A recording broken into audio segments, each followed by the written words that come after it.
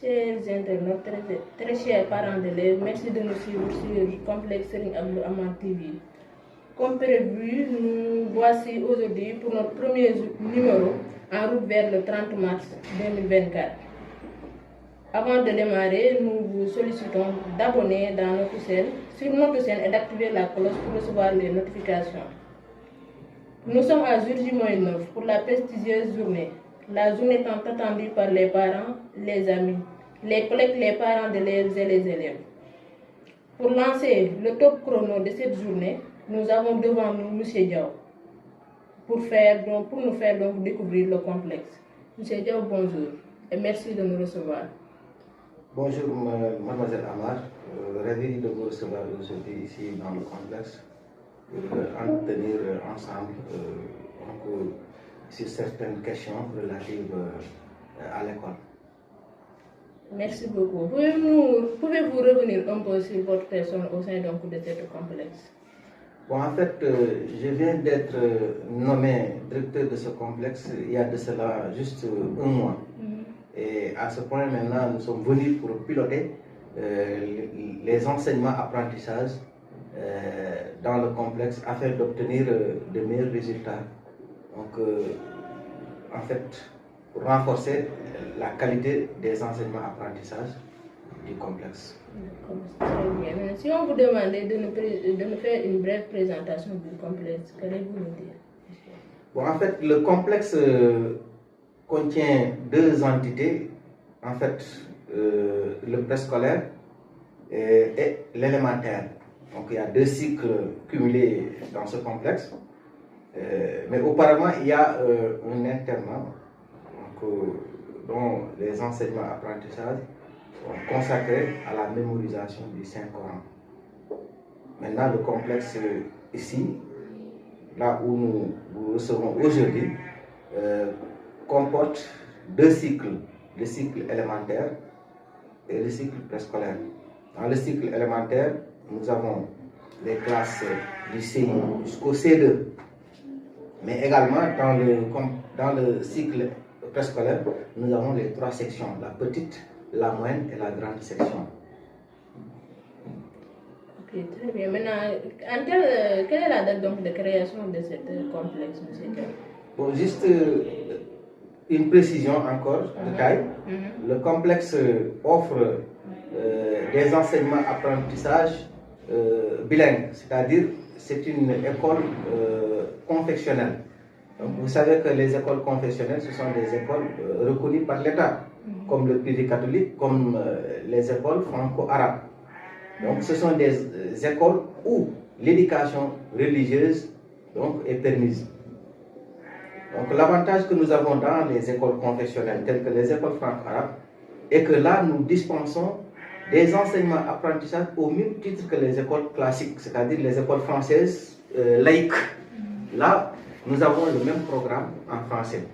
À la seule différence que nous, en tant qu'école confessionnelle, nous avons l'éducation religieuse, l'enseignement de la langue arabe, donc dispensé, c'est-à-dire là, nous avons plus de chances de former nos élèves sur les bases de notre religion. Revenez un peu sur la date de création. Voilà, donc l'école est implantée ici par notre chère déclarante responsable, Fatih Amar, donc, qui est universitaire en langue arabe, même donc, au département arabe de l'ICAD, qui a décroché son master. Mais en plus aussi, c'est une dame qui a obtenu son baccalauréat en français, n'est-ce pas? C'est Madame Mati Amar. Mati Amar. Oui.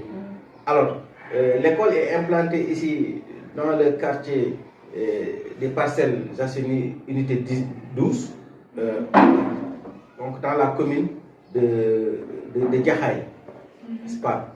Donc, Jaxaay fait partie du département de Keur Massar. L'école est implantée ici en octobre 2021. 2021. Ok, d'accord. Donc ici, pour les classes, vous avez combien de classes ici?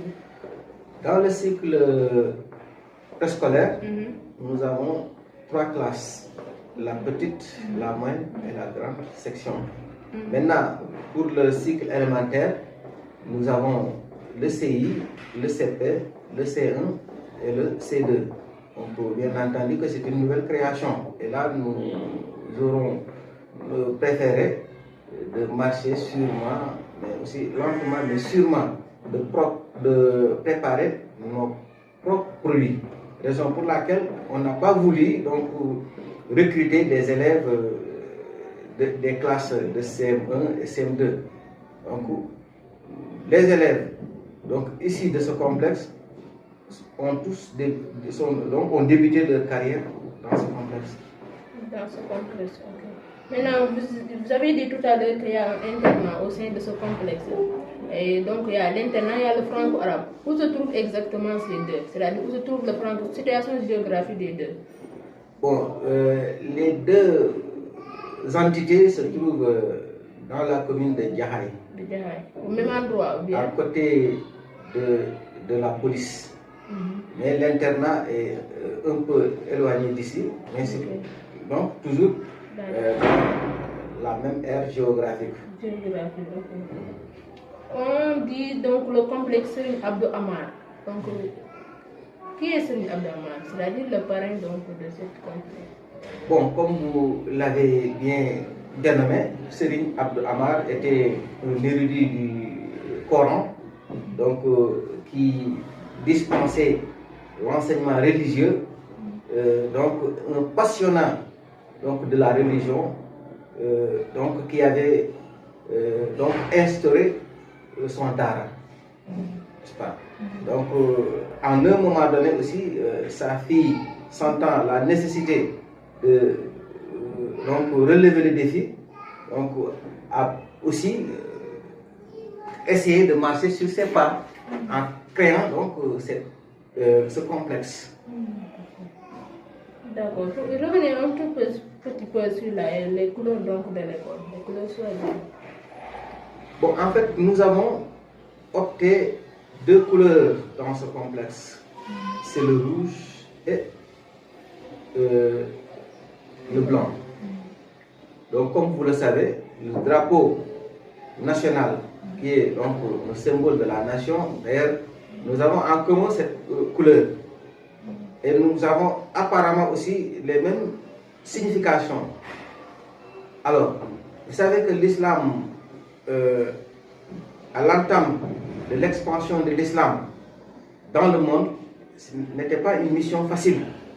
Et ça nous a coûté beaucoup de vies.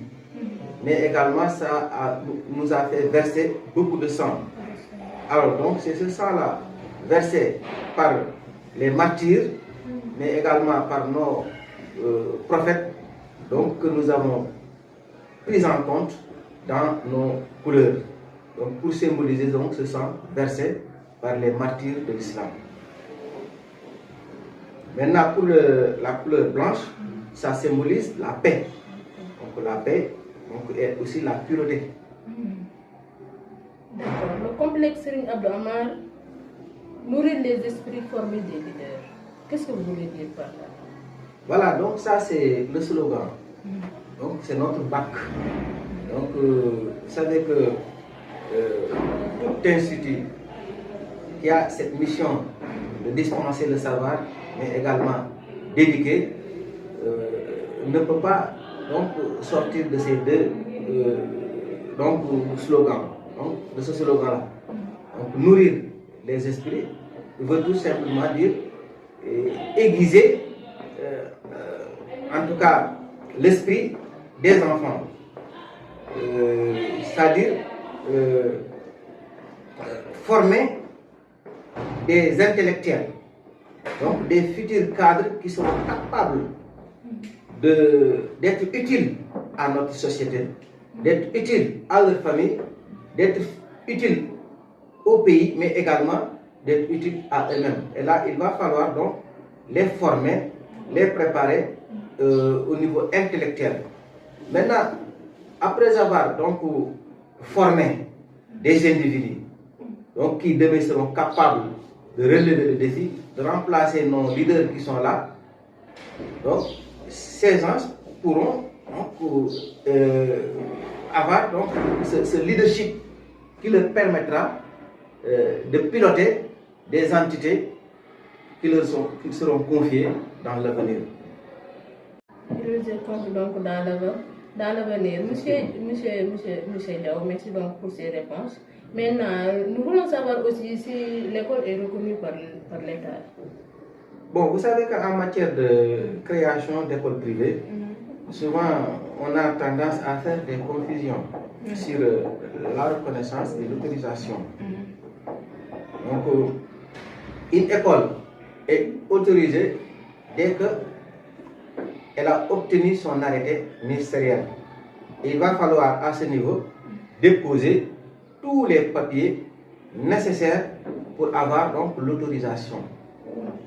Donc l'autorisation, c'est l'accord du ministre de tutelle, c'est-à-dire le ministre de l'Éducation nationale, donc qui vous autorise à ouvrir une école. Cette école est une école donc, qui a déposé tous ses papiers au niveau de l'IEF de Keur Massar, dont nous dépendons de la circonscription de notre IEF, donc c'est l'IEF de Keur Massar. Nous avons déposé donc, tous nos papiers et on nous a remis le récépissé de dépôt. Ce qui veut dire que l'école a donc la possibilité de présenter des candidats au CFE. Même à ce niveau même, l'école peut supporter des candidats issus dans des écoles non autorisées. Alors donc, à ce point-là, je vous rassure que c'est une école donc, qui a des papiers légaux. Maintenant, la reconnaissance se fait par décret présidentiel. Donc ça dépasse de l'arrêté ministériel.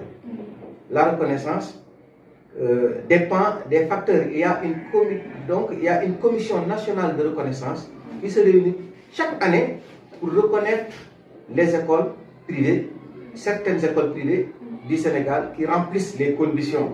Et là aussi, il y a des critères qu'il faut remplir pour être reconnus. Donc, les écoles reconnues ont droit à une subvention chaque année. Et au moment où je vous parle, au Sénégal, il n'y a pas plus de 500, il y a plus de 5000 écoles privées. Mais il n'y en a pas plus de 500 écoles reconnues. Donc là aussi, nous lançons un appel au ministre de l'Éducation nationale, aux acteurs de l'éducation, au président de la République, de pouvoir reconnaître chaque année des écoles, mais également diriger la division de l'enseignement privé. Donc, au ministère de l'Éducation, on a des départements. Donc, nous dépendons de la division de l'enseignement privé. Alors, vu maintenant la taille des écoles privées au niveau du Sénégal et le travail qu'ils abattent, vraiment, nous lançons un appel solennel aux autorités de diriger cette division-là en direction donc, de l'enseignement privé. D'accord. Maintenant, monsieur Diaw, revenez un peu sur donc, les problèmes que rencontre votre établissement.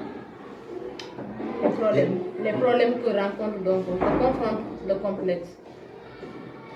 Bon, je pense que là, vous m'avez posé une question donc, un peu, donc une question très pertinente. Toute école a des difficultés. Des difficultés structurelles, des difficultés financières, mais également des difficultés d'ordre pédagogique, n'est-ce pas? Alors, donc là, je pense que vu l'école, je pense que les difficultés, si on peut dire il y en a, sont minimes.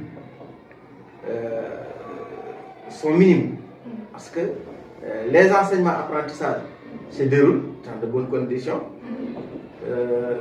mais également tout le matériel dont nous avons besoin en tant qu'enseignants est disponible. Et également, nous saluons notre déclarant responsable, la directrice Mme Amar, qui vraiment à chaque fois que nous lui exposons un problème, est prompt à résoudre ce problème. n'est-ce pas? Donc, je pense que s'il y a un problème que nous voulons résoudre, c'est l'incompréhension que les parents d'élèves, certains parents d'élèves ont des écoles franco-arabes. Donc, il y a certains parents qui croient que l'école franco-arabe est une école tout simplement basée sur l'enseignement religieux. Alors que tel n'est pas le cas.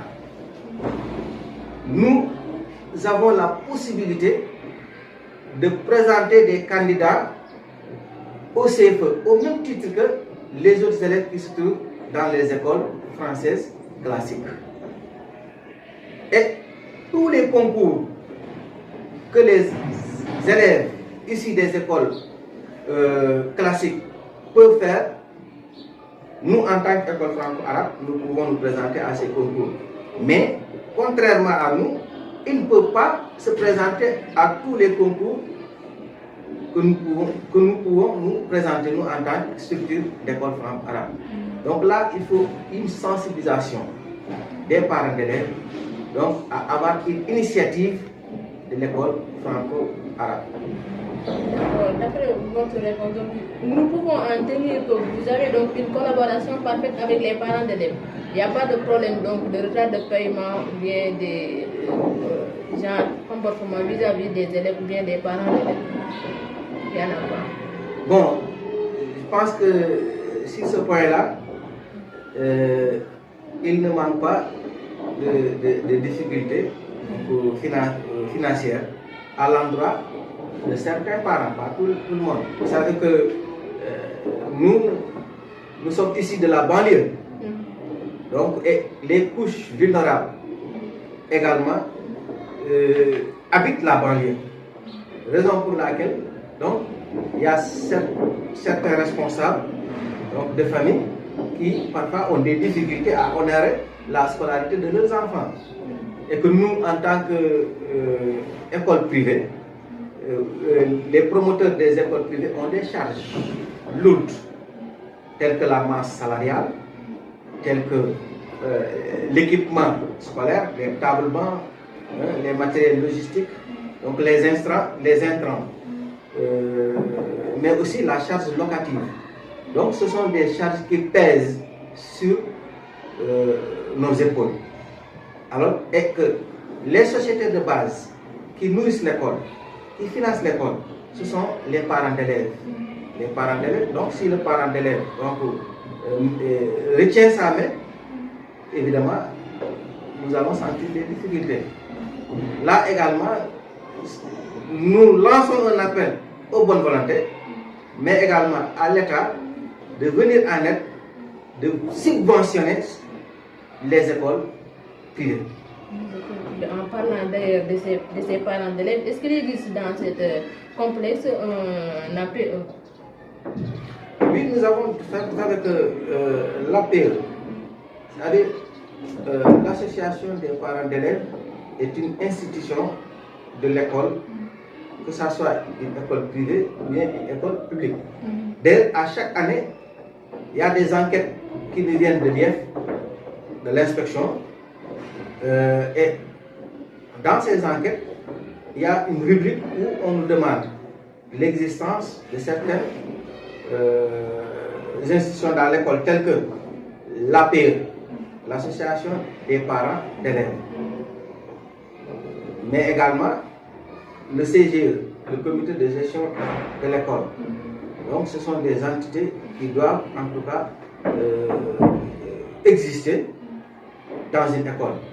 L'association des parents d'élèves aussi est structurée. Il y a un parent et un président des parents d'élèves. Ils ont leur trésorier. Donc ils ont le président chargé de l'organisation, de la commission d'organisation. Et nous collaborons ensemble pour en fait mener à bien le fonctionnement de l'établissement. Très bien, mais c'était tout, si je ne me trompe pas. Donc, merci beaucoup, M. Diaw. Merci de nous avoir reçus. Votre dernier mot? Bon, je vous remercie d'abord, l'équipe digitale de l'école. Il est vrai que c'est une innovation de taille qui parfois aussi peut constituer ce qu'on pourrait appeler la médiathèque de l'établissement. Vous savez que les archives de tout établissement, que ce soit des archives donc écrites, donc ou bien audiovisuelles, doivent être bien gardées afin d'immortaliser certains événements. Et cela aussi, nous avons vu qu'avec notre directrice, Madame Amar, vraiment sentant cette nécessité à coopter cette équipe digitale pour jouer ce rôle. Donc nous vous remercions en tout cas de votre disponibilité, mais également nous remercions beaucoup encore une fois parce que j'ai accusé un peu de retard, mais vous êtes toujours en attente. Vraiment, vous n'êtes pas découragé, vous n'êtes pas fâché également contre moi. Voilà, je vous remercie beaucoup en tout cas. Mais également, je lance un appel aux parents d'élèves pour collaborer avec cet établissement. Parce que nous avons une mission d'éduquer, de former, mais également de préparer l'avenir de ces enfants. Et là, il va falloir donc une collaboration étroite entre les parents d'élèves et l'école. Donc nous lançons un appel aux parents d'élèves de se préparer encore une fois de plus pour la conférence qui s'annonce le 30 mars, donc la deuxième édition. Nous lançons un appel à tous les habitants du quartier de Jaxaay et nous les invitons à venir massivement s'inscrire, donc inscrire leurs enfants dans cet établissement. Parce que nous offrons donc un enseignement de qualité. Et moi personnellement, j'ai quand même noté des performances dans cet établissement à l'endroit des élèves. Donc là également, c'est un appel que je lance à tous les habitants de Jaxaay à venir massivement inscrire leurs enfants dans ce complexe qui pourra leur offrir un enseignement religieux, mais également un enseignement donc, de qualité au même titre que les écoles françaises publiques, laïques ou classiques. Donc je vous remercie. Merci beaucoup. Asalaamaaleykum wa rahmatulah mbokk yeeg xarit bi ñuy topp ci complexe Serigne Abdou Amar TV comme ni ñu leen ko waxee woon rek tey ñu ngi fi pour commencer suñu reportage yi interview yi nga xamante ni si moo jëm ci journée bi ñu jëm ci le 30 mars incha allah di journée de l'excellence comme ni ñu ko tuddee muy journée bu ñëpp di xaar xarit yeeg mbokk yeeg am di jàmm yeeg parents d'élèves yi ba ci élèves yi. Donc pour commencer interview yooyu ak reportage yi ñu ngi fi tey ak monsieur Diaw pour mu defal ñu présentation complexe bi monsieur Diaw ñu ngi lay nuyu. waaleykum salaam wa rahmatulah soxna Amar maa ngi leen di fay di leen wax bismillah ci complexe bi. monsieur Diaw jërëjëf ci dalal bi ñu dalal bu ñu la doon laaj tuuti rek ci complexe Serigne Abdou Amar ñu defal ñu présentation bi loolu ñuy tontu incha allah. waaw donc complexe bi. Ñu ngi nekk d'ailleurs fii ci commune de Jaxaay unité parcelle unité 12 juste rek à côté de la police. Donc complexe la boo xamante ne ñu ngi ko créé en octobre 2021. ñu ko créé nag parce que doomu daara la waaye également aussi universitaire la jàng ba egg ca université Cheikh Anta Diop département arabe donc décoré ko dëgg yàlla maîtrise en langue arabe donc kooku nga xamante ne wax dëgg yàlla doomu daara la moo fi implanté école bi ngir jàppale parents yi nga xamante ne bëgg nañu jàng bu mucc ayib ak également aussi yar bu diine. léegi école bi mën nañu xam yan langue lañ fi jàngale fii. waaw école bi.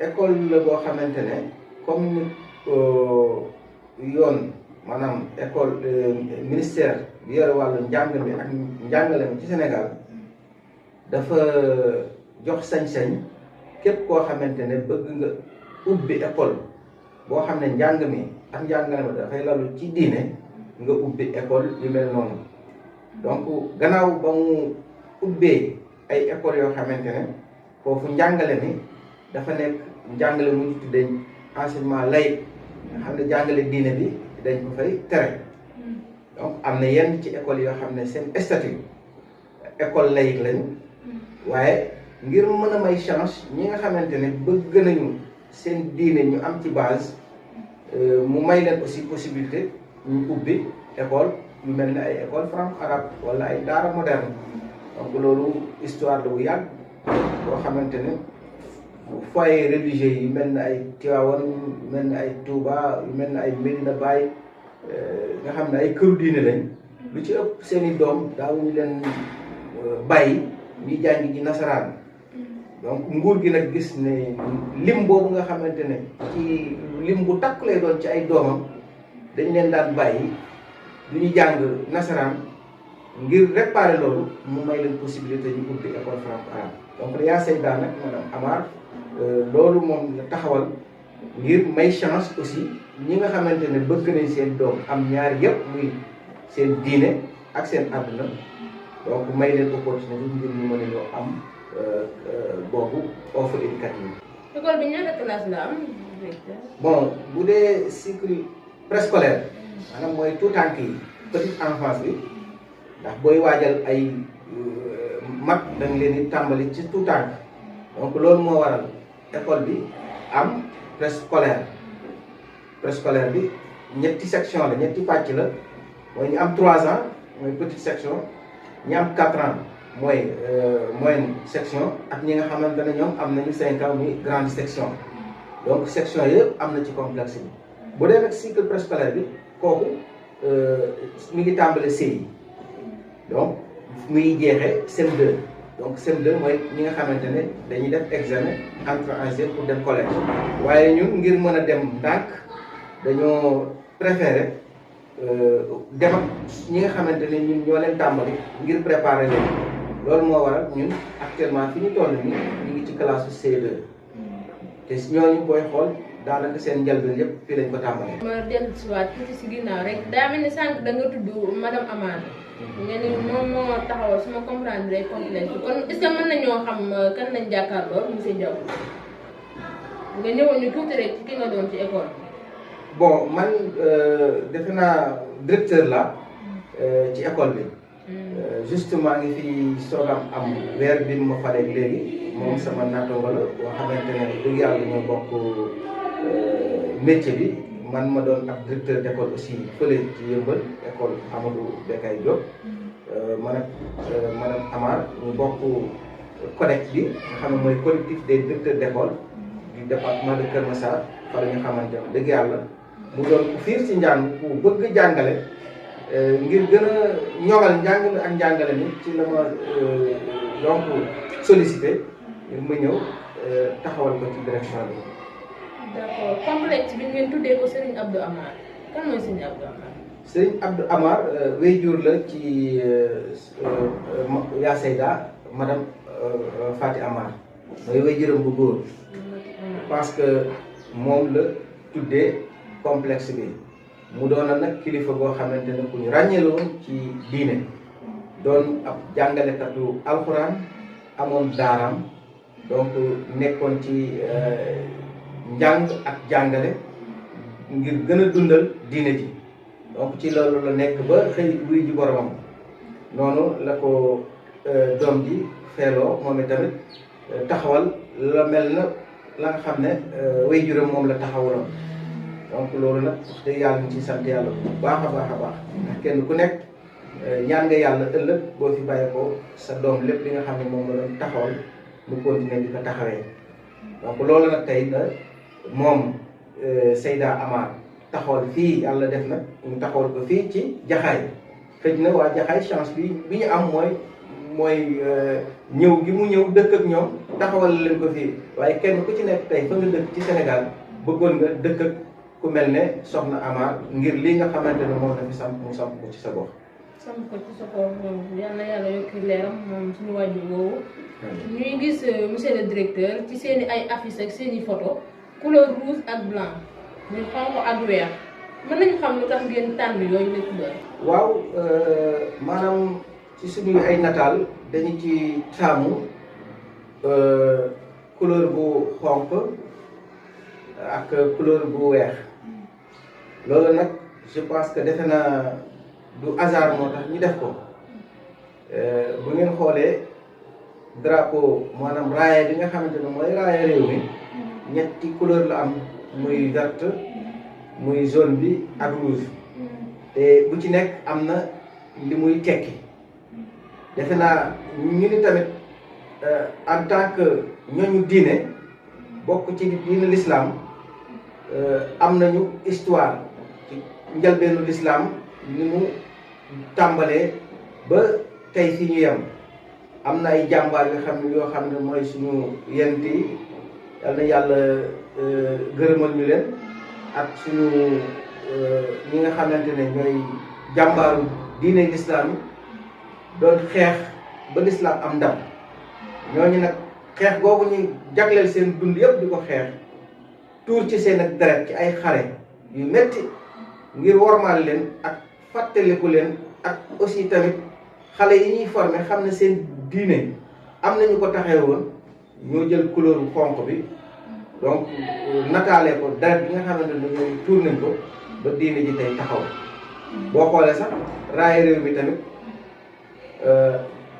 ñi nga xamante noonu ñoo doon jàmbaar yi réew mi doon ceddo yi doon xeex ngir ñu am moom suñu bopp deret gañu tuur ñoom i tamit moo tax ñu jagleel leen couleur bu xonq boobu ngir fàttali ko leen donc defe naa côté boobu ñun ñoo ko ñuróole weex buñ ko waxee rek jàmm lay woote jàmm jooju nag moom la ñuy gën a féddali ci école bi ci daara ji ci complexe bi ndax balaa nga naan nam ne fa jàng tey bu antoo ba ñëpp tey am ndëtt ci na mu doxee jàmm ja moo fa jiitu te jàmm lépp ci la xaj defe naa jàmm jooju nag moom la ñu jël couleur weex bii nii nataalale ko beneen bi tamit mooy couleur la boo xamante ne du takkul dara weex taal comme ni ñu koy waxee ndax loolu mën nañ ci am yaqin ne lu sell la donc fii béréb la boo xamante ne dañ fiy sellal di fiy waajal ay nit yu sell également moo waral ñu jël couleur bu weex bi nataale ko maanaam sell googu noonu nga xam ne mi ngi fi ak it jàmm ji nga xamante ne moom la ñu sàmm. jërëjëf monsieur Diaw waaye it ñu gis ni seen ab bàq di nourrir les esprits former des leaders man nga ñoo rek ci tënk nga expliquer ñu loolu loo leen ci nam loo leen ci bëgg a wax.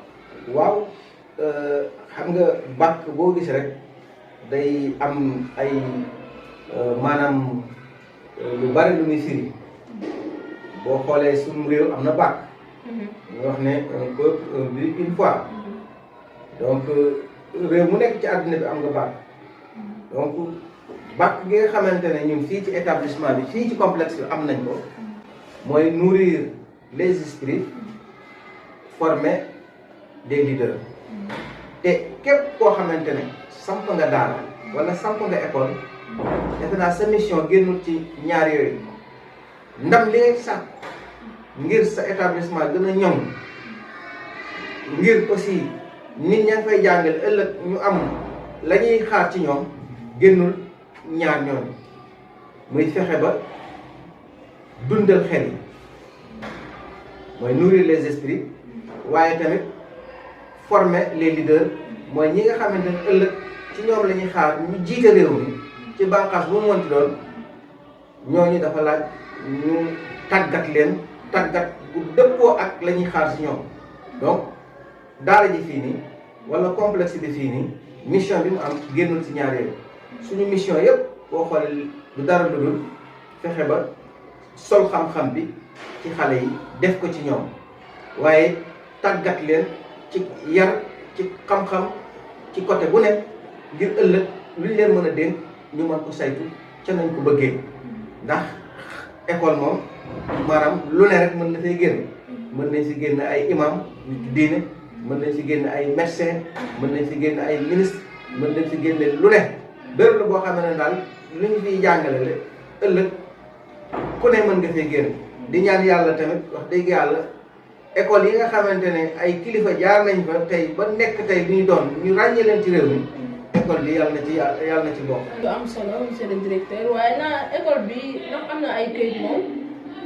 waaw école bi am na këyit yi may waxanteeg yow rek je pense que même pas fukki fan inspecteur bi nga xamante ne moo war a saytu si école bi ñeel këyitam jaar na fi bi mu ñëwee sax xamutoon ne man maa fi nekk waaye bi mu ñëwee borom école bi mu yaa Seyda madame Amar présenté ma ko defe naa bi mu ñëwee ngir def si enquête li mu njëkk a wax rek mooy bi ma fi fekkee xamoon ne jaww moo fi nekk mais bu ma ko fi fekkee rek wax dëgg yàlla sama xel dafa dal waaw jox ko ci ay ndénkaane xëj na kooku tey mi ngi taxawee école bi di ñëw di càmbar si ba xam ni école war a doxee école bi mu ngi koy doxee mais bi mu ñëwee aussi ba fekk ne wax dëgg yàlla condition yëpp réunir na këyit bi nga xam ne ñun war nañ ko am nañu récépissé donc de dépôt di xaar na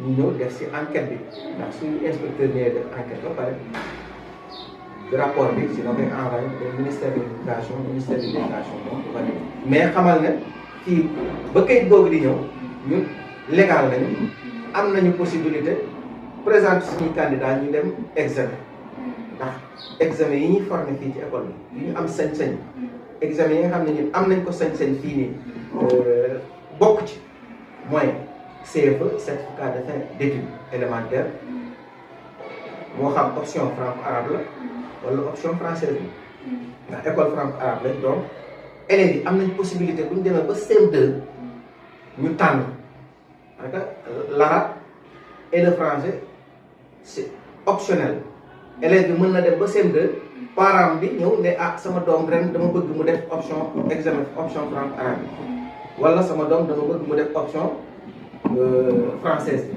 mais am na possibilité xale bi am na possibilité def ñaari option yëpp xam nga donc ñun nag am nañ possibilité présenter candidat yi am benn gàllankoor bi ci nekk donc mën nañu sax boot koo xamante ne sax samp na école am fii te amul këyit waaw donc loolu aussi ñu ngi koy fàttali bu baax a baax di ñaan yàlla sax ñun dépasser cadre am autorisation boobu noonu ndax tey ministère de l'éducation nationale moo am sañ-sañu joxe autorisation d'ouverture d'une école maanaam pour ñu ubbi waaye président de la république moom moo am sañ-sañu joxe reconnaissance donc il y a am na différence entre école autorisée ak école reconnue école reconnue nag pour nga egg fa dafa am ci ay charte yoo xamante ne ci nga war a tënku ngir nga am ko lu mel ne njàngale mi war na nekk njàngale boo xamante ni mucc ayib lay doon résultats yi fay def nekk ay résultats yoo xamante ne yu ñëpp rafetlu la yeneen conditions yi ci des aussi mooy personnel ba fa nekk aussi nekk personnel boo xamante ne ñu ngi leen jox seen ay yenn sañ-sañ classe yi aussi ñu war a bindoo ci configuration tamit yooyu norme dañ koy xoolaale donc yooyu yëpp je pense que école bi am na talent bi ndax gis nañ njàngale bi ñu fiy jàngale macha allah am na possibilité ñii am reconnaissance ñi ñu am ko xëj na nag reconnaissance xam na métti ndax Sénégal boo xoolee tey école privée yi toll na ci juróomi junni 5000 école privée waaye ci biir école privée yooyu tey bu ñu xoolee ñi am reconnaissance matuñu téeméer donc pour tout simplement wax la ne reconnaissance tey dafa nekk loo xamante ne jafe na lool beneen côté bi tamit ñi ngi woo kilifa yi nga xamante ne ñoo ngànk njàng mi ak njàngale mi que ne fële ca ministère de l'éducation ba ñun dañ fa am bànqaas bu ñu fa taxawal mooy division de l'enseignement privé am na directeur bi maa ngi koy nuyu Mamadou Diop division ba lay gérer waaye ñu ngi ñaan nag di pour tey enseignement privé gën a mën a ñoŋ gën a mën a dox na mu waree division boobu noonu dañuy ñaan yàlla ñu élargi ku nekk direction comme ni ministère yenn direction yi nga xam ne am nañu budget yi yaatoo ba ñu gën a mën a jàpp ci enseignement privé. mën a jox suñu biir waa kay léegi monsieur Diaw kii bi ndax seen complexe bi fii yéen a ngi jànkonte ak ay problème ak bu fekkee am na yan genre problème ngeen ko fi faral di jànkonte. waaw bërëbu école moom daara je pense que problème ay jafe-jafe moom koy ñàkk waaye ay lieu defe naa fii bu ñuy seet fekk na problème yooyu néew la parce que tey ki nga xamante ne mooy borom daara ji samp ko moom xaarul kenn ci lenn donc saa su ne lépp loo xamante ne soxla nañ ko lu jëm ci wàllu njàng bi ak jàngale ni xaaru ci parents d'élèves xaaru ci kenn dina fexe moom mettre à notre disposition donc loolu je pense que opportunité la matériel yi nga xamante ne moom moo war ngir njàng mi ak njàngale mi yemb yëpp macha allah mi ngi en place am nañu ay table banc am nañu ay matériel logistique am nañu également wax dëgg yàlla ay classes yu yaatu donc loolu je pense que ay atu la yoo xamante ne école bu nekk ñaan na ko am donc liñ ci xaw a joye te mën ko tuddee sax problème mooy ñàkk compréhension bi yenn parents d'élèves yi am ci école franco-arabe ndax ñu bari dañoo yaakaar ne rek école franco-arabe bu ñu ko waxee njàngale mañ fay joxe yemut ak njàngale mi ñuy joxe ci yeneen école yi ñu bari bu ñu déggee école franco-arabe dañuy yaakaar ne école franco-arabe moom njàngale moom fay jàngale alxuraan la rek ak arabe alors que demeewut noonu école franco-arabe dafa nekk école confessionnelle comme ni état bi mu joxee sañ-sañ privé catholique bi ñoom ñu ubbi seen école di fa jàngale seen ay doom seen diine gannaaw bañ leen jàngale li nga xamante ni ñun ñoo ko bokkale ak école yëpp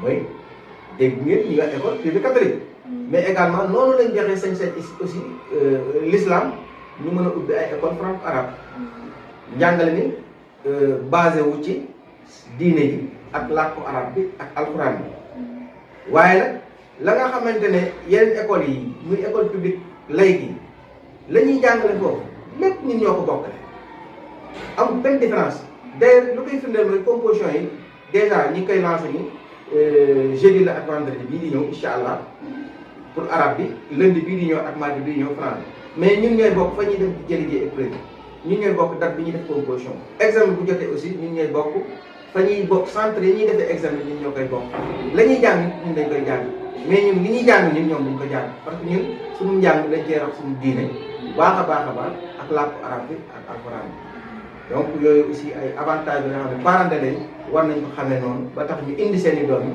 ñu inscrire si massivement ngir ñu gën leen mën a waajal ci seen wàllu diine waaye aussi ci wàllu adduna.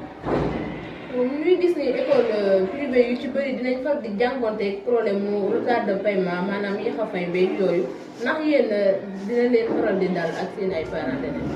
waaw loolu du ñàkk ci ay école xëy na parents yi aussi école privée moo doxee noonu léeg-léeg nga man léeg-léeg doo man rawatina nag ñi nga xamante ne ñoom dañoo féetewoo côté banlieue bi nga xam ne seen doole dafa néew. ba ci fay paiement yi sax léeg-léeg nga gis école boo xam ne ci banlieue bi dañuy fay ay 5000 7000 8000 9000 10000 10000 mais nga dem ci yenn écoles yi de la ville nga xool ne foofu mensualité yi dafay toll ay 25000 ay 50000 kon li nga ne doole yi yamul donc te boo xoolee aussi même offre éducative bu ñuy dispensé ci école yooyu noonu moom la ñuy dispensé nous avons le même programme parce que le programme est un programme harmonisé dès le début de l'année scolaire du mois d'octobre ba juin progression bi benn la njàng meeg njàngale ni benn la enseignants yi benn lañ mais problème bi rek mooy xëj na doole yi ñoo toll te dañoo gis ne sax école yii nga xamante ne ñu samp ci banlieue bi fii nii ndimbal la ci parents yu bari ndax ñu bari seen loxo jot ñu seen ginnaaw te tey école publique bi fees na fees boo xam ne la mu yenu attanu ko. waaye léegi ñu bëggoon xam tamit ndax école bi am na mbootaayu parents d'élèves bi fii. waaw école bi comme ni ko yoon santaane rek bànqaas la boo xamante ne lu war a am ci école la ndax léeg-léeg sax ñu am ay enquête mooy campagne de statistique yi chaque année dinañ ko remplir 2 fois dinañ ñu laaj ndax école bi am na association des parents d'élèves mbootaayu parents d'élèves boo ne waaw ñu ne la ndax am na njaxlaf na wala njaxlaf bi dafa yemamaay wala njaxlaful ñoom dañuy bëgg a xam ne ba xam les parents d'élèves boole nañ leen bu baax a baax ci njàngale ak njàngale parce que tamit dëgg la ñoo fi indi seen i doom lépp loo xamante ne moom la ñuy def ci seen doom ak lépp lu mu mënti doon dañ leen ci war a impliqué bu baax a baax a baax moo waral ñoom dañoo am seen mbootaay lépp ñu def ñu toog waxtaane am seen njiit am seen trésorier am seen ay bànqaas yoo xamante ne ngir association bi dox am na fi donc loolu moom wax dëgg yàlla mi ngi dox bu baax a baax. monsieur Diaw ñu lay gërëm di la sant sa kàddu bu mujj lan lay doon. waaw xanaa rek di leen gërëm yéen en tant que équipe bi nga xamante ne ñoo yore wàllu média bi fii ci école bi muy équipe digitale école bi loolu nag defe naa ne lu bees la loo xamante ne am na ci ay écoles yu koy commencé donc moo tax yaa Seyda aussi madame Amar bu liggéey des gannaaw ñu ñëw taxawal ko te njëriñ bi ci nekk dëgg yàlla lu am solo la ndax école toujours lépp loo xamante ne du fi xew rek war nañ ko am fu ñu ko garder ngir ëllëg ñu bëggee fàttaliku lu mel ne ay jamono ay xew-xew yu fi weesu bu ñu xoolee rek dañ xam li fi xew ak jaar-jaar yi ci am yëpp donc loolu aussi wax dëgg yàlla lu am solo la donc ñu ngi leen ciy gërëm yéen ñi nga xamante ne yéen ay acteurs yi taxawee loolu di remercier encore seen disponibilité ak aussi wax dëgg yàlla seen taxawaay ci fànn boobu noonu waaye aussi di lancer un appel parents d'élèves yi nga xamante ne ñoom ñooy parents d'élèves école bi lu jëm ci wàllu journée de l'excellence boobu ñuy dëgmal incha allah rabbi muy le 30 mars ndax lépp luñ fiy def rek ngir seen doom ñoo tax ngir sagal xale yi la ngir aussi promouvoir seen école donc loolu aussi ñoom dañuy war ñëw taxaw ak équipe pédagogique bi ànd si mu nekk vraiment un événement donc réussi donc di lancer un appel également à toutes les populations de Jaxaay que ni école bii école la boo xamante ne wax dëgg yàlla bu ñu war a ñëw inscrire seen i doom ndax njàng ak njàngale mu tax ñuy wax am na fi te wax dëgg yàlla diine ji tamit ñu ngi ciy tàggat bu baax a baax xale yi donc loolu ñu ngi lancer un appel à tous les parents d'élèves mais également à tous les habitants du quartier ñu ñëw ànd si ak ñun bis boobu nga xam ne ñu ngi dëgmal incha allah rabbi muy le 30 mars di ñaan yàlla yóbbu ñu seen jàmm mu nekk une très grande réussite pour les enfants pour l'école mais également pour les parents d'élèves.